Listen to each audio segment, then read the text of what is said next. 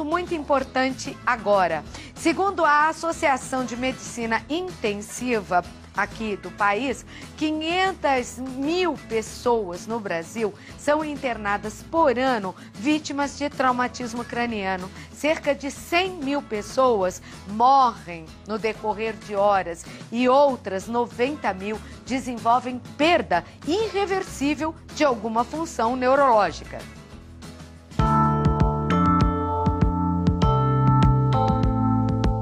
Em 2009, Dinho Ouro Preto, vocalista da banda Capital Inicial, sofreu um traumatismo craniano leve ao cair de uma passarela de 3 metros de altura enquanto se apresentava.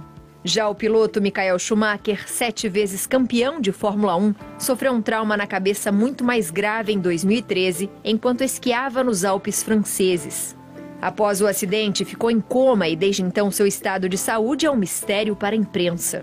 Em 2011, o comediante Shaolin teve uma lesão cerebral traumática grave após sofrer um acidente de carro em Campina Grande. Ele ficou 5 anos sob cuidados médicos e faleceu em 2016. Em 2012, Pedro, filho do cantor Leonardo, também teve uma contusão grave na cabeça após sofrer um acidente de carro. Mas hoje está recuperado e segue em carreira solo. O ator Daniel Rocha também já sofreu um traumatismo craniano. Foi na adolescência ao cair do skate. Ele ficou 1 mês sem andar. Hoje está bem, sem sequelas e atuando em novelas. Clau, agora que a gente já conheceu alguns famosos que tiveram essa lesão, vamos saber mais sobre os sintomas e tratamentos? Com certeza, viu? Porque essa lista é enorme. A gente poderia acrescentar ela o próprio Osmar Santos, narrador esportivo, que por causa, de um traumatismo perdeu parte do cérebro, inclusive. Gerson Brenner, que aqui na Dutra sofreu aquele acidente feio também. Mas não é só o automóvel. Você viu aí que um tombo, né? Perfeito. O Dinho, por exemplo, que caiu da passarela, graças a Deus teve sorte. Porque, doutor Júlio, o traumatismo craniano pode acontecer de várias formas diferentes, até de um tombo aparentemente pequeno. Perfeito. Esse tema é muito importante por alguns fatores. Um dos primeiros fatores é que quando a gente vem falar de neurocirurgia, as pessoas só querem saber as doenças raras, né? Tumor cerebral, aneurisma, não que não seja importante. Mas o que mais mata no Brasil, o jovem até 40, 45 anos de idade, é o trauma crânioencefálico. Então, o tema mais importante que a gente lida como neurocirurgião é justamente o traumatismo craniano. E qual o problema? Porque, na maioria das vezes, as pessoas querem saber a raridade, como funciona. E o trauma, ele tem uma coisa que é uma prevenção. E a maioria dos acidentes traumáticos, o que ocorre é, geralmente, houve uma falha no processo. Você contou em casa, criança e idoso tem que ter um cuidado muito grande. A população está vivendo cada vez mais, então tem um risco de queda, tem que ter cuidado com a escada. O jovem, principalmente direção e alcoolismo, é um dos principais fatores. Hoje está tendo, a gente até já falou aqui, sobre o celular. Então tem sido uma causa comum. A distração com o celular. A distração que acontece. Leva um acidente de carro. Isso. E na maioria das vezes, quando acontece um acidente grave, é até difícil você abordar esse tema, né? A pessoa fica meio... Se ela bebeu, ela não quer contar que bebeu. Sim. Ou se ela estava no celular, ela não quer contar. Mas a gente sabe, a gente que está lá no dia a dia médico e conversa com os... Geralmente tem um fator. Ou a distração por um celular que tocou, ou uma bebida alcoólica, e isso tira a vida. É o que mais mata no Brasil, e isso no mundo, não é só a realidade do Brasil, mas o Brasil chama muita atenção, é justamente esses fatores. E se não mata, pode deixar marcas fortíssimas nessa pessoa. Perfeito, isso é bem relevante, Luiz. Quando a gente fala morrer, mas tem um caminho que talvez essa a maioria das pessoas, como a medicina avançou muito, aqui no Brasil a gente tem um sistema de resgate que é reconhecido no mundo todo como o SAMU, você consegue resgatar essas pessoas, mas muitas vezes um dano causado no cérebro, mesmo com toda a medicina, nem sempre ele é reversível. Então esse é um grande problema do trauma. O ideal é a gente prevenir. Tá. Quem tem um traumatismo craniano e que sobrevive a ele, pode ficar de que maneira? O que o traumatismo pode afetar? Perfeito. Vamos mostrar aqui. Então o que acontece? A gente tem essa caixa craniana que ela realmente protege nosso cérebro. E bem dura? Ela é bem dura e para os traumas do dia a dia ela costuma proteger. Hoje em dia, com esse desenvolvimento dos automóveis, são velocidades que mesmo com cinto, com airbag, às vezes ele causa um dano. Então, fraturando o impacto que frature essa caixa craniana... A pessoa, às vezes, sem cinto, é jogada para fora do veículo. É jogada para fora, Então, às vezes faz o quê? Que esses pequenos vasos, eles se rompam ou que dê uma contusão cerebral.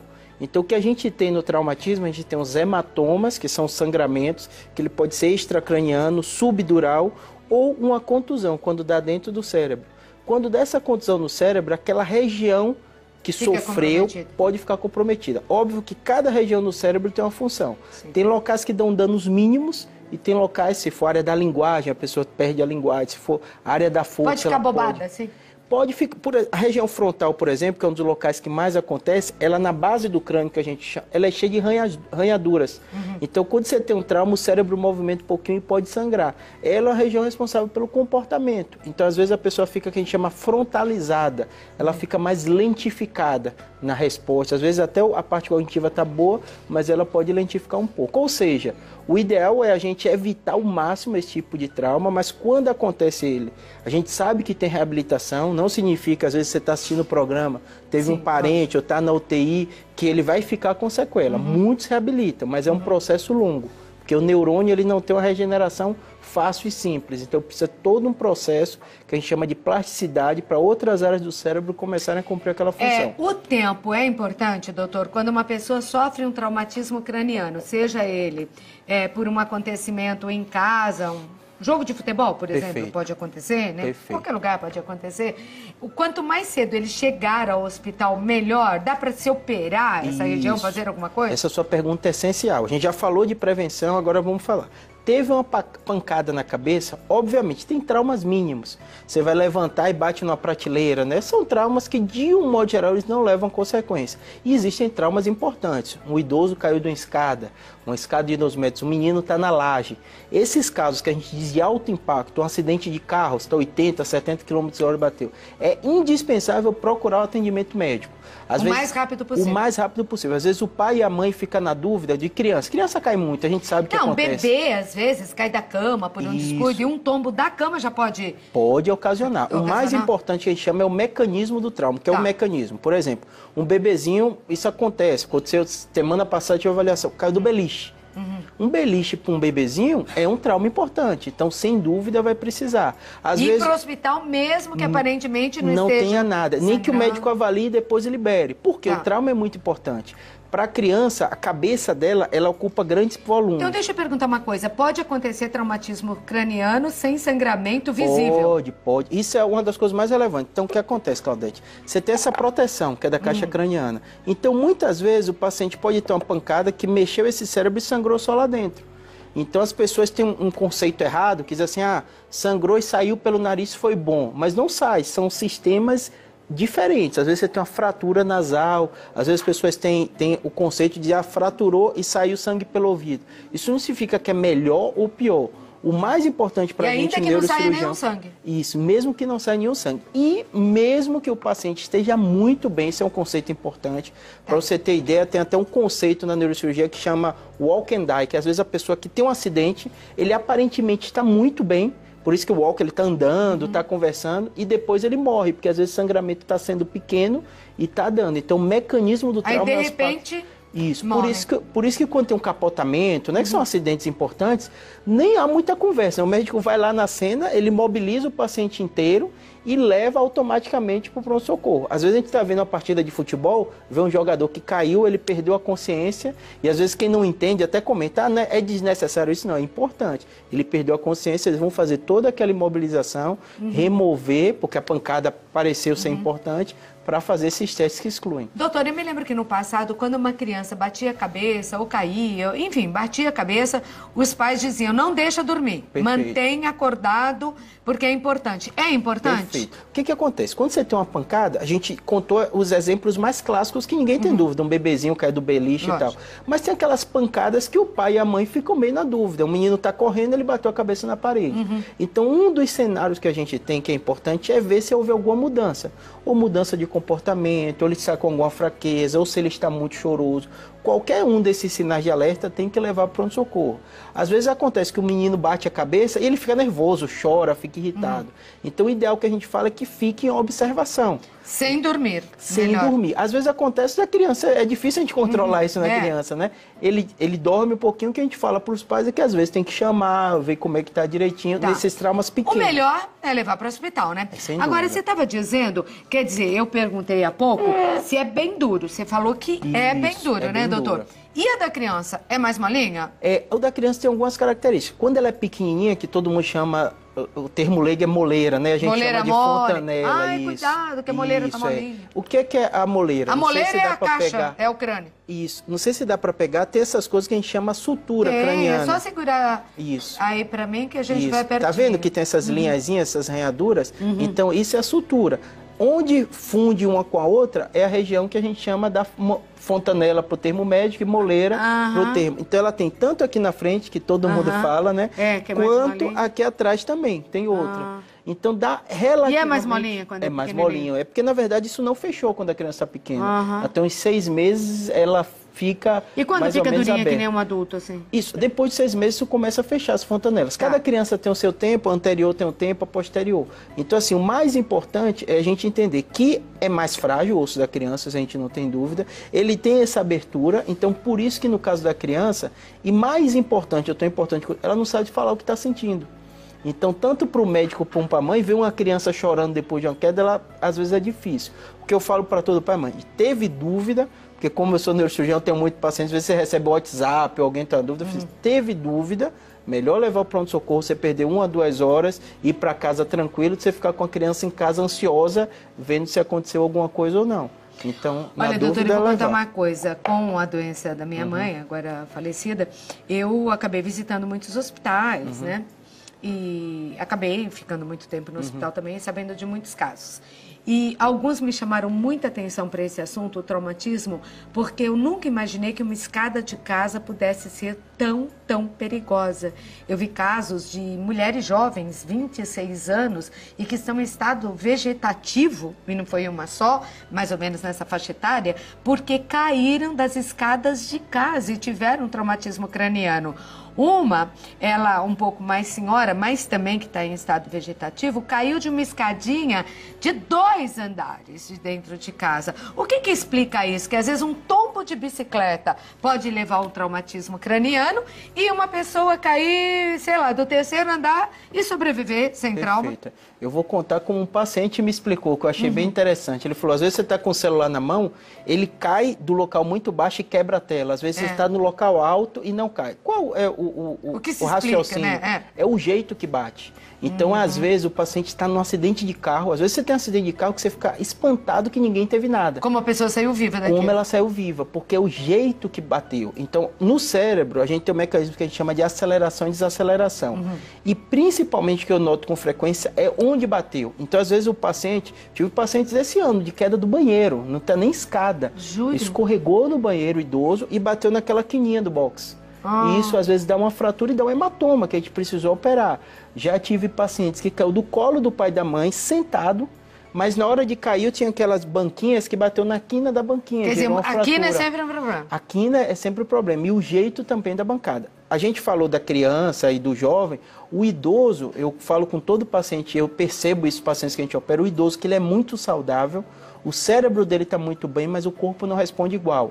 Então ele acredita que ele consegue fazer as mesmas coisas que ele fazia quando era jovem, já que o cérebro dele está parecido. E é onde a gente vê maior acidente. Esse ano eu operei pacientes idosos, consertando o telhado de casa, idosos que eu falo mais de 80 anos. Nem me fale que teve um amigo nosso aqui que foi consertar o telhado também e teve um problema, nossa, caiu, problema sério. Agora, graças a Deus, está bem, mas é um problema também. É um problema, né? Subir no telhado, consertar telhado... Eu tive um paciente que a gente operou, a gente operou esse ano, com 80 anos de idade, 80 e poucos anos de idade, subindo em árvore alta. E ele ainda batia o pé firme, porque eu fui reclamar, ele disse que não foi culpa dele, foi alguma coisa no galho que deu. Então ele às vezes nem acredita que o corpo dele já não está igual. Então ele tem algum desequilíbrio, ele dá a impressão que alguém, que o vento, que alguma coisa que desequilibrou ele, não foi o próprio organismo. E na maioria das vezes o equilíbrio dele está alterado, ele não percebe. Não percebe. Não percebe. Então como ele fez isso, 50, 70 anos da vida dele, subiu em árvore, ele não vai acreditar que ele vai subir e vai cair, já que ele está sentindo bem. Então mais uma vez, vez, vamos falar dos tapetinhos de casa. Perigosos. Perigosos. Porque a gente já viu aqui que depende de como cai e onde bate para acontecer o traumatismo. Perfeito. E um escorregão num tapete pode causar também um. Vou contar outro exemplo que aconteceu esse ano também. Paciente idoso, ele conhece a casa dele e ele tinha mania de não ligar a luz para ir no banheiro durante a noite. Então o que é que ele fazia?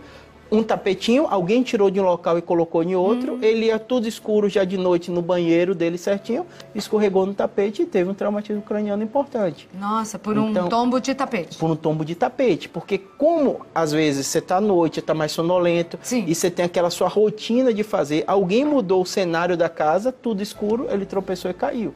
Então é uma coisa que acontece. Esse caso, por exemplo, morava sozinho e até um vizinho notar que não tinha acordado, que ocupou todo esse tempo. Graças a Deus não teve nada demais. Passou pela cirurgia e foi tudo direitinho. Mas esse período... né, é arriscado. Tem perguntas, doutor. Dirce Alves dos Santos, boa tarde, Dirce. Meu esposo teve uma discreta hemorragia junto aos sulcos da fissura na região parietal direita. Pode ficar com sequelas, doutor? Isso. A região parietal direita é muito próxima da área da motora. Aqui, ó. É bem curioso porque, assim, a parte do cérebro ele leva o mesmo nome da parte do osso, que está por baixo. Então, a gente tem o osso frontal, que é aqui da frente, dá para ver bonitinho, né? O osso parietal e o osso occipital. Como ela falou parietal, então, provavelmente nessa região, aqui por baixo do cérebro, ele divide aqui no giro, que a gente chama o pós e o pós-central e o pré-central. Então, o pós-central é nessa região. É só pela sensibilidade. Só que a área motora está logo ali na frente. Então, tem um risco, vai depender como ele se encontra. Se ele está bem, teve o sangramento e está movimentando, geralmente a tendência é melhorar, porque o próprio organismo vai absorvendo esse sangue. Existe um risco, mas se ele estiver se movimentando, então, pode ficar mais tranquila, tá, Dirce? O Márcio Cardoso. Oi, Márcio. Ele é de Ponta Porã e diz que bateu a cabeça há uns 7 anos. Corre o risco de ter algum problema futuramente? Quando você bate a cabeça, é como a coluna, porque uma vez o médico me disse que a coluna, a marca tá lá. Você pode ter caído aos 10 anos, 7, 8, você pode ter 60. A marca vai estar lá dessa batida, se ela foi violenta. No cérebro, na cabeça também? O trauma, geralmente, o que acontece? Ele dá um problema na hora. É muito raro você ter consequência tardia. O que acontece? Você teve um trauma muito importante, como a Dirce falou e outras pessoas, que gerou um sangramento, isso realmente pode deixar uma cicatriz, ou ter uma fratura. Então, para óbito, para sangramento, para coisas graves, é na hora. É muito raro ter tardio. Aí você fala assim, Júlio, o que acontece tardio? Tem uma doença que a gente diz no idoso, que é o hematoma subdural crônico. Ele pode ter a pancada, ficou ótimo. Passado 14 dias, aquele sangramento foi tão pequeno, é como se ficasse gotejando, e aí deu sintoma. 7, 8 anos isso com a é muito pessoa raro. Idosa. Aí pode ficar tranquila, Márcio, mas cuidado com a cabeça, hein? Viviane, boa tarde. Meu filho teve 3 fraturas na cabeça, mas não atingiu o cérebro. Os lugares da cabeça que fraturou, nesses lugares, ficou afundada. Isso faz 10 anos.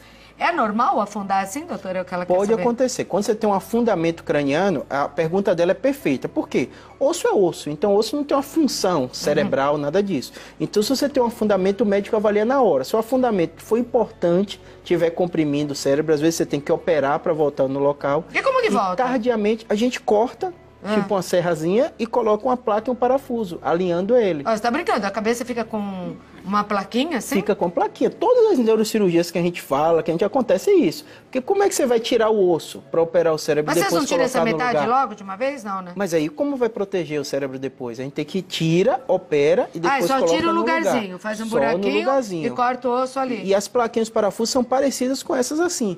São plaquinhas... E a placa é metal? E a placa é de titânio. De titânio, é. Bom, não pelo menos é mais forte que o osso até. Não dá rejeição. Não? Os pacientes, às vezes, que eles vão pegando, quem passou por cirurgia, e quando afunda muito, ele nota que tem uma saliênciazinha, que às vezes é dessas plaquinhas. Hoje elas estão bem fininhas, a maioria das pessoas nem nota. Mas um ou outro que é mais curioso e fica, ele acaba notando essa saliênciazinha, porque você tem que prender, né? Você tirou o osso, cerrou... Essa saliênciazinha é o parafuso? É o parafuso. O parafuso é a plaquinha. Eles têm um perfil que a gente chama muito baixinho, mas como a gente tem pouca gordurinha nessa região, às vezes palpando você consegue pegar. E não dói, não? Não costuma doer, não. A pessoa, às vezes, no início, ela fica impressionada. E se o do filho afundou e o médico não fez isso, é porque não atingiu o cérebro? Não atingiu, mas obviamente, às vezes o afundamento é pequeno, mas a mesma forma que eu fazia, a pessoa, quando pega, nota esse afundamento. Tem que fazer exame de controle, porque já se calcificou e está tudo ok, geralmente não dá problema nenhum depois. Doutor, quais, então, as suas palavras finais de alerta até em relação ao traumatismo craniano e, como você falou durante até a entrevista, né, não apavorando quem está, talvez hoje, hospitalizado aí com um traumatismo. Perfeito. A ciência, né, avançou bastante, a medicina também, tem tratamento. A palavra mais importante quando a gente fala de trauma é prevenção. Então, você que tem filho, ou você que é jovem que está assistindo, tomar muito cuidado. Todos os pacientes que a gente atende com traumatismo grave acham que foi coisa rápida, né? Eu só bebi e vou ali na esquina. Ou então eu vou atender e vou ver o WhatsApp rapidinho e vou responder. E os acidentes acontecem nesse momento. A palavra prevenção. Quem sofreu um acidente, procurar, se for um trauma importante, o pronto-socorro para não ter dúvida se foi grave ou não. E quem aconteceu e está em processo de recuperação, é que hoje, como a Claudete falou, a medicina está evoluindo muito. Então a gente tem uma grande quantidade de pessoas que ficam sem sequelas nenhuma. O processo não é fácil de reabilitação, mas sem dúvida há expectativa boa de cada vez a gente evoluir mais na medicina e as pessoas estão saindo cada vez melhores das cirurgias e da reabilitação também. É verdade. É que a gente deveria estar sempre atento, né? Porque de vez em quando a gente faz umas besteiras em casa, né? Todo mundo só faz. Só brincadeira, não, vai lá pro telhado, não tem de idade. E essas coisas, todo mundo faz. Então, é feriado aí, atenção, fica ligado, né? Perfeito. Eu quero agradecer a presença do Dr. Júlio Pereira, neurocirurgião, deixar contatos aqui no YouTube, é youtube.com/neurocirurgiabr. Isso mesmo, Claudio. E telefone em São Paulo, anote para ter contato com ele, 11 9 9503 8838. 99503 8838. Tá certo? Que não vai viajar, porque já me contou, o pai está trabalhando e muito, né? Obrigado. Obrigada. Um bom fim de tarde, uma boa viagem a São Paulo.